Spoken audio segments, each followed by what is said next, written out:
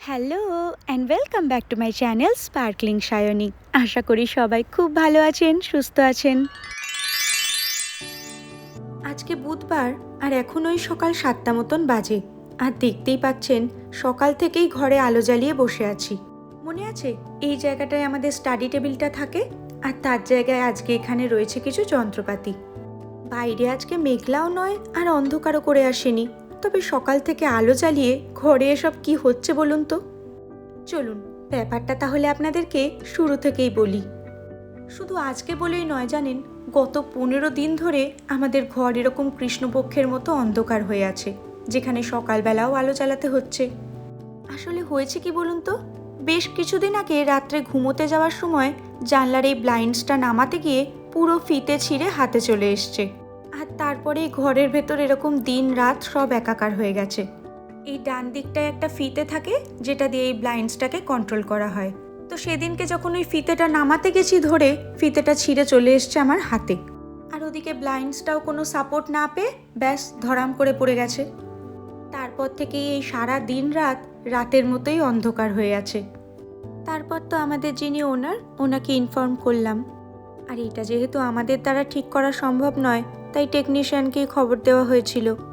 আর বিদেশে ছোট কাজ বলুন বা বড় কাজ, যে কোনো কাজের জন্য লোক পাওয়া যে কতটা কষ্টের, সেটা আজকে আমরা হাড়ে হাড়ে টের পেলাম।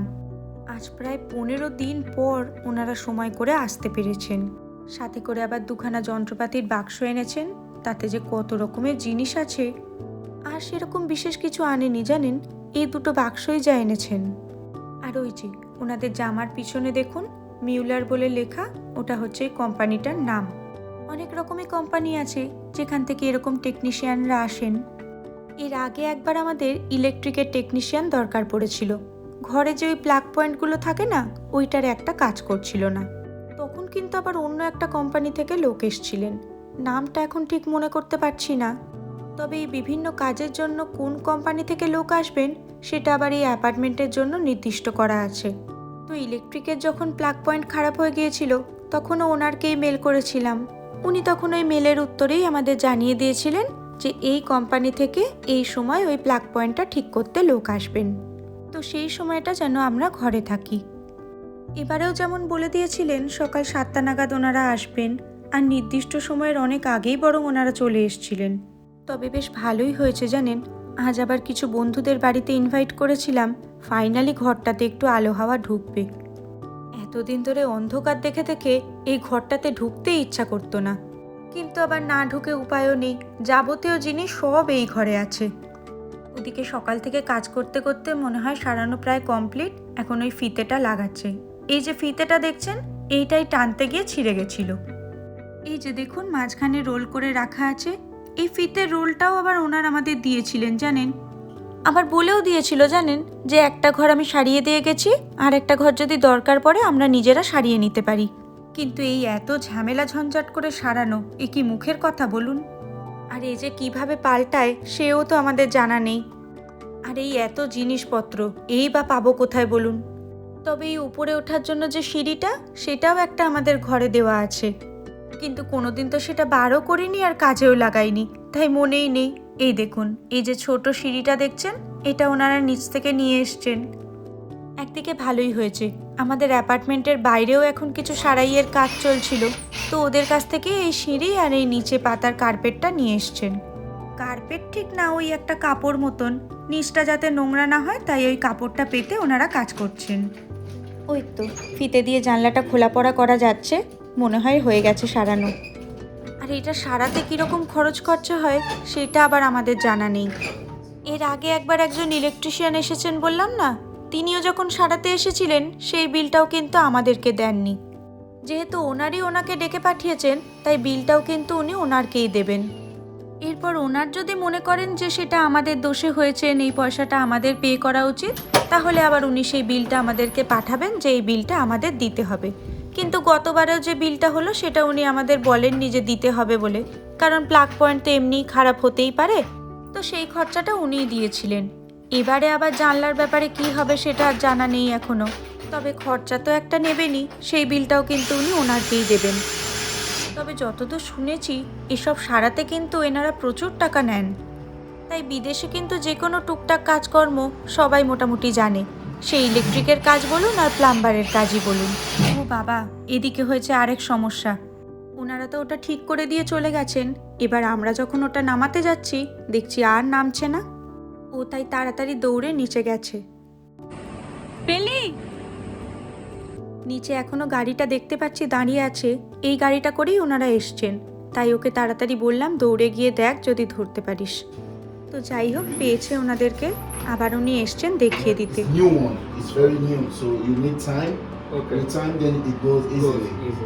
উনি তো একবার দেখিয়ে দিলেন, অভিকও একবার নিজে হাতে দেখে নিচ্ছে ও পারছে নাকি। আসলে কি হয়েছে, এই মাত্র ওনারা এটা ফিট করে দিয়ে গেলেন, তো বলতে চাইছেন এখন ওটা একটু টাইট আছে, কদিন একটু করতে করতে তারপর ঠিকঠাক হয়ে যাবে। আর খুব তাড়াতাড়ি যেন ওটাকে না নামাই, তাহলে ওটা ধপ করে পড়ে ভেঙে যেতে পারে। যাক, একটা কাজ মিটলো। চলুন এবার একটু রান্না বান্নাগুলো সেরে ফেলি। চলে এসেছি রান্নাঘরে, অনেকগুলো রান্নাই হয়ে গেছে। এখন এখানে মাংসটার জন্য মশলা কষানো হচ্ছে। তো এই যা যা লাগে, ধনে গুঁড়ো, জিরে গুঁড়ো, লঙ্কা গুঁড়ো, হলুদ গুঁড়ো, গরম মশলা, আর আগে তো পেঁয়াজ আদা রসুন সবই আছে, সেগুলো দিয়ে এখন মাংসটা কষানো হবে। রিসেন্টলি অভিক এই 1 পট চিকেনটা বানাচ্ছে, এত সুন্দর খেতে হচ্ছে চিকেনটা। বাড়িতে তাই এতগুলো লোক থাকলেও চিকেন রান্নার দায়িত্বটাও নিজের হাতেই নিয়েছে। ভিডিওটা বেশ কয়েকদিন আগের, তাই বাড়িতে এখন শ্বশুর শাশুড়ি সবাই আছেন, কিন্তু এই চিকেনটাও কারোর হাতে ছাড়বে না, ওটাও নিজেই বানাবে। তবে এটা খেতেও কিন্তু দুর্দান্ত হয়। ব্যাস হয়েই এসছে, চিকেনগুলোও ঝোলের মধ্যে দিয়ে দিয়েছে। এটা ততক্ষণ হতে থাক, আমি ওদিকে একটু ঘরটা গুছিয়ে আসি, তারপরে এসে আপনাদেরকে বাকি রান্নাগুলো দেখাচ্ছি। ওই যে দেখেছেন আমার সর্বক্ষণের সঙ্গী, এলাম একটু ঘরটা পরিষ্কার করতে, উনি এসছেন নাকি কাজে হাত লাগাতে। ওর মাথায় তো প্রচুর চিন্তা, আজকে ঘরে লোকজন আসবে, তাই ঘরটা একটু পরিষ্কার করে রাখতে হবে। আর এনেছে কোন কাপড়টা দেখেছেন, আমার হাত মোছার তোয়ালেটা নিয়ে চলে এসছে ও নাকি ঘর পরিষ্কার করতে। যেখানে যা হবে ও সবার আগে এই তোয়ালেটার ওপর নজর, এইটাকে নিয়ে চলে আসবে, তারপর যেদিকে যা পরিষ্কার করার ও এইটা দিয়েই করবে। আর আমি ওদিকে হাত মুছতে গিয়ে টাওয়েল আর খুঁজে পাই না। কাজের তো নাম নেই, যেই দেখেছে মোবাইলে ভিডিও করছি অমনি উনি এসছেন কাজ দেখাতে। ক্যামেরার দিকে তাকাতে হবে না, ওদিকে তাকিয়ে মোছ। দেখছেন কত কাজের ছেলে হয়েছে আমার, রোজ তো খেলনা এদিক ওদিক সব ছড়িয়ে রাখে, আজকে একটু গুছিয়ে গাছিয়ে রেখেছি, তাই আর হাতের নাগালে ওগুলোকে পাচ্ছে না, ওই জন্য এসছে ওখানে ঘর পরিষ্কার করতে। মুছছেও কিন্তু সব, ওদিকে টেবিল মোছা হয়ে গেল, এখন চেয়ার মুছতে গেছেন তিনি। এমনি সময় এই চেয়ারটার এত দরকার পড়ে না, ওই লোকজন একটু আসলেই বার করা হয়। হয়েছে হয়েছে, চেয়ার মোছা হয়েছে, যা ওই টিভি ক্যাবিনেটটা এবার মুছে দিয়ে যা। বাবা, আরে এই চেয়ারটা না, ওই যে সামনে ওই ক্যাবিনেটটা, টিভি ক্যাবিনেটটা। হয়েছে, চেয়ার হয়েছে, হ্যাঁ ক্যাবিনেটটা মোছ হয়েছে, যা হয়ে গেল। বাহ, ঝেড়ে চল, রেখে এসে যা করে রেখে দাও, রেখে দাও রেখে দাও। চলুন এই বেলা বরং আপনাদেরকে বাকি রান্নাগুলোও একবার দেখিয়ে দিই। এখানে এখন হচ্ছে আমের চাটনি, এদিকে রাখা আছে ছোলার ডাল, আর এই যে এইটার মধ্যে আছে হচ্ছে রুই মাছের রেজালা। আর সন্ধেবেলা স্ন্যাক্সের জন্য আছে ব্রেড পকোড়া, সেটা ওরা এলেই ভাজবো।